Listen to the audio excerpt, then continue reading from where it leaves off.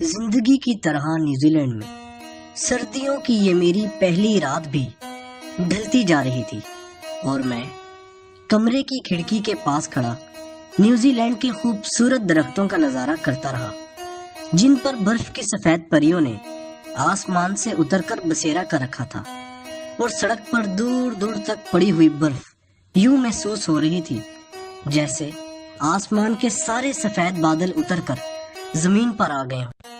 سڑک کنارے لگے لیمپ پوسٹ نے منظر اور خوبصورت بنا دیا تھا۔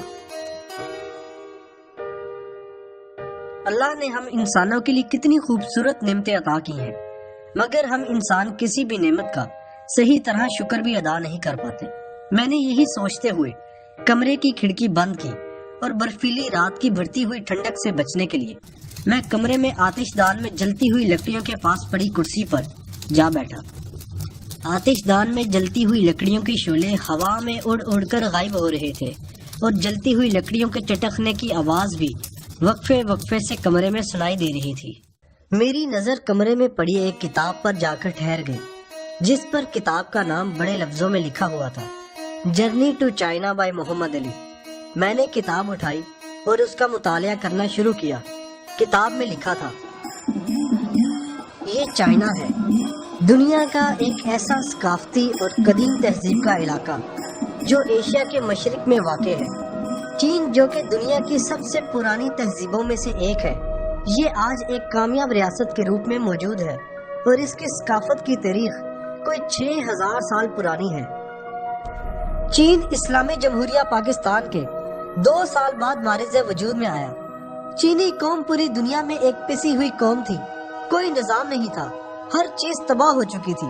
جاپان نے دوسری جنگ عظیم میں چین کے کم و بیش 2 کروڑ افراد قتل کر دیے تھے۔ 1949 میں یہ ایک الگ ملک کے طور پر نمودار ہوا اور سب سے پہلے اس کو تسلیم کرنے والا ملک پاکستان تھا۔ سب سے پہلا غیر ملکی طیارہ جو چین کی سرزمین پر اترا وہ پاکستانی ایئر لائن PIA کا ہی جہاز تھا، جس کا استقبال چین نے بڑے پرتپاک طریقے سے کیا تھا۔ چین کو بینکنگ نظام بھی پاکستان کے اکونومسٹ نے ہی بنا کر دیا تھا۔ ہمارے دیے ہوئے نظام کو لے کر چین آج کہاں پہنچ گیا اور ہم کہاں کھڑے ہیں؟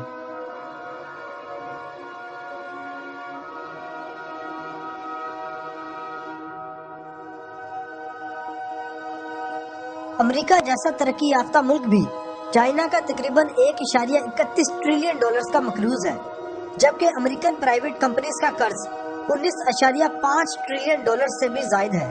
چائنا کی ترقی کی ایک اور بنیادی وجہ بھی ہے۔ چین کے لوگ ملک کے نقصان کو ذاتی نقصان سے بھی زیادہ ترجیح دیتے ہیں، جس کا اندازہ اس بات سے لگایا جا سکتا ہے کہ ایک دفعہ چینی کمپنی نے سڑک کی تعمیر کے لیے ایک کافی بڑا بلڈوزر منگوایا۔ اسے ایک گاؤں سے آگے لے جانا تھا اور راستے میں ایک ندی تھی جس پر ایک نازک سا پل تھا جو بلڈوزر کا وزن برداشت نہیں کر سکتا تھا۔ چینی انجینئر نے یہ حل نکالا کہ بلڈوزر ندی کی کھائی میں خود اتر کر راستہ بنائے گا اور دوسری طرف راستہ بناتے ہوئے نکل جائے گا۔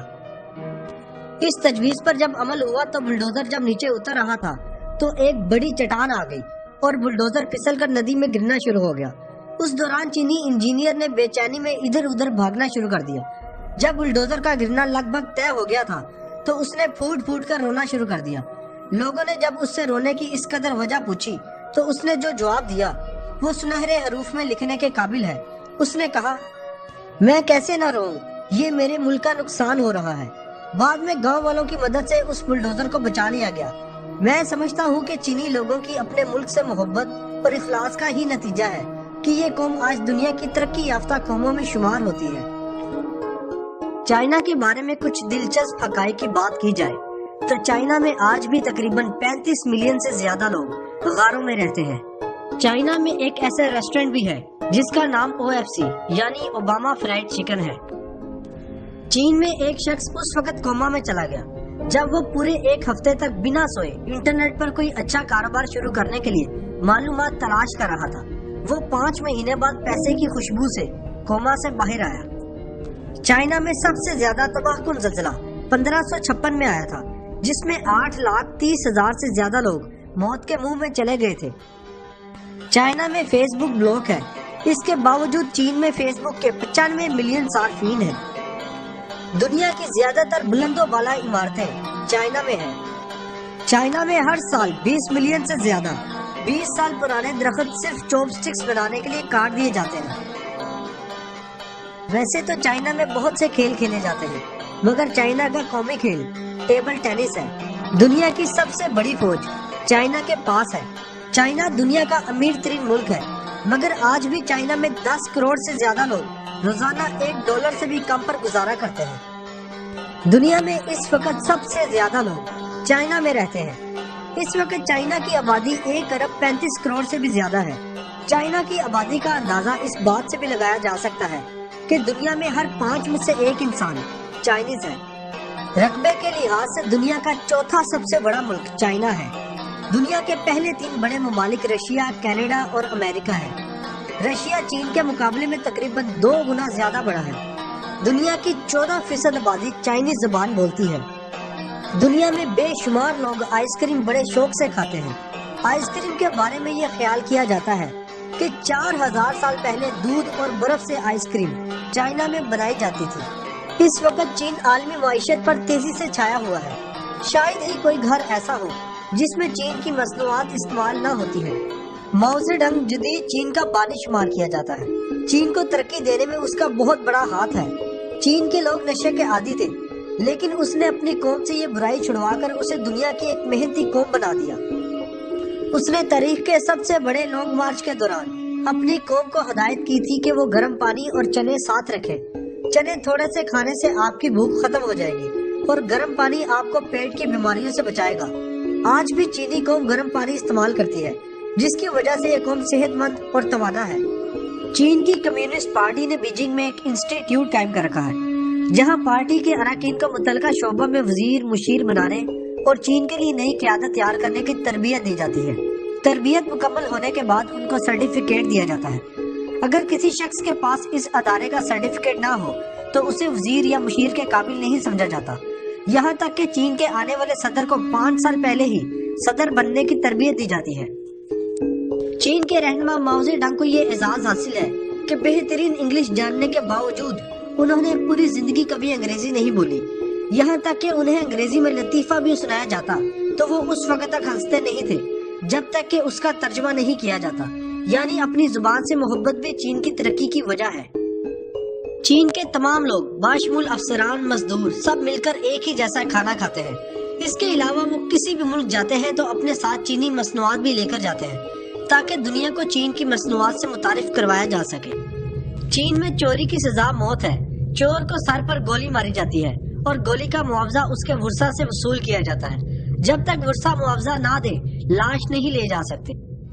چینی لوگوں کا قول ہے کہ اگر آپ 1 سال کی منصوبہ بندی کرنا چاہتے ہو تو مکئی لگاؤ، اگر تم 10 سال کی منصوبہ بندی کرنا چاہتے ہو تو درخت لگاؤ، اگر تم صدیوں کی منصوبہ بندی کرنا چاہتے ہو تو لوگوں کی تربیت کرو اور تعلیم دو۔ ایوب خان کے دور میں وہاں میں ایک عمارت کی تعمیر کی گئی تو چین کے ایک وفد نے دورہ کیا اور انہوں نے دورے کے دوران عمارت کو ٹپکتے ہوئے پایا۔ میزبان نے شرمندہ ہوتے ہوئے کہا، عمارت ابھی نئی بنی ہے اس لیے ٹپک رہی ہے۔ تو چین کے ایک رکن نے ہنستے ہوئے کہا، شروع میں ہماری عمارتیں بھی ٹپکتی تھی، لیکن ہم نے ایک ٹھیکیدار کو گولی مار دی، اس کے بعد چھت نئی ہو یا پرانی کبھی نہیں ٹپکتی۔ امریکہ کے 37ویں صدر رچرڈ نکسن ایک مرتبہ چینی صدر چو این لائی سے ملے اور انہیں ایک تصویر دی جس میں چو این لائی اپنے گھر کے باغیچے میں بیٹھ کر اخبار پڑھ رہے تھے اور اخبار کی سرخیاں بھی واضح نظر آ رہی تھیں۔ چو این لائی نے پوچھا، آپ نے یہ تصویر کیسے کھینچی؟ رچرڈ نکسن نے فخریہ انداز میں کہا، ہمارے پاس $100 بلین کی سیٹلائٹ ٹیکنالوجی ہے جو صرف ہمارے پاس ہے، یہ تصویر ہم نے اسی سے کھینچی ہے۔ چو این لائی مسکرا کر اٹھے، اپنی میز پر گئے اور ایک تصویر اٹھائی اور صدر نکسن کو پیش کر دی۔ اس تصویر میں صدر نکسن وائٹ ہاؤس میں بیٹھ کر CIA کی خفیہ فائل پڑھ رہے تھے۔ یہ تصویر دیکھ کر نکسن کا رنگ اڑ گیا۔ اس نے پوچھا، آپ نے یہ تصویر کیسے کھینچی؟ تو چو این لائی نے جواب دیا، جو کام آپ $100 بلین کی ٹیکنالوجی سے کر رہے ہیں، ہم نے یہ کام صرف $100 کی ٹیکنالوجی سے کر دیا ہے۔ صدر نکسن نے وضاحت مانگی تو چو این لائی نے کہا، ہم نے وائٹ ہاؤس کے ایک ملازم کو $100 دے کر یہ تصویر حاصل کی ہے۔ چین کے 97% نوجوان چین میں ہی تعلیم حاصل کرنا چاہتے ہیں۔ ان کے خیال میں چین کا تعلیمی نظام اور تعلیمی اخراجات دنیا میں سب سے کم ہے۔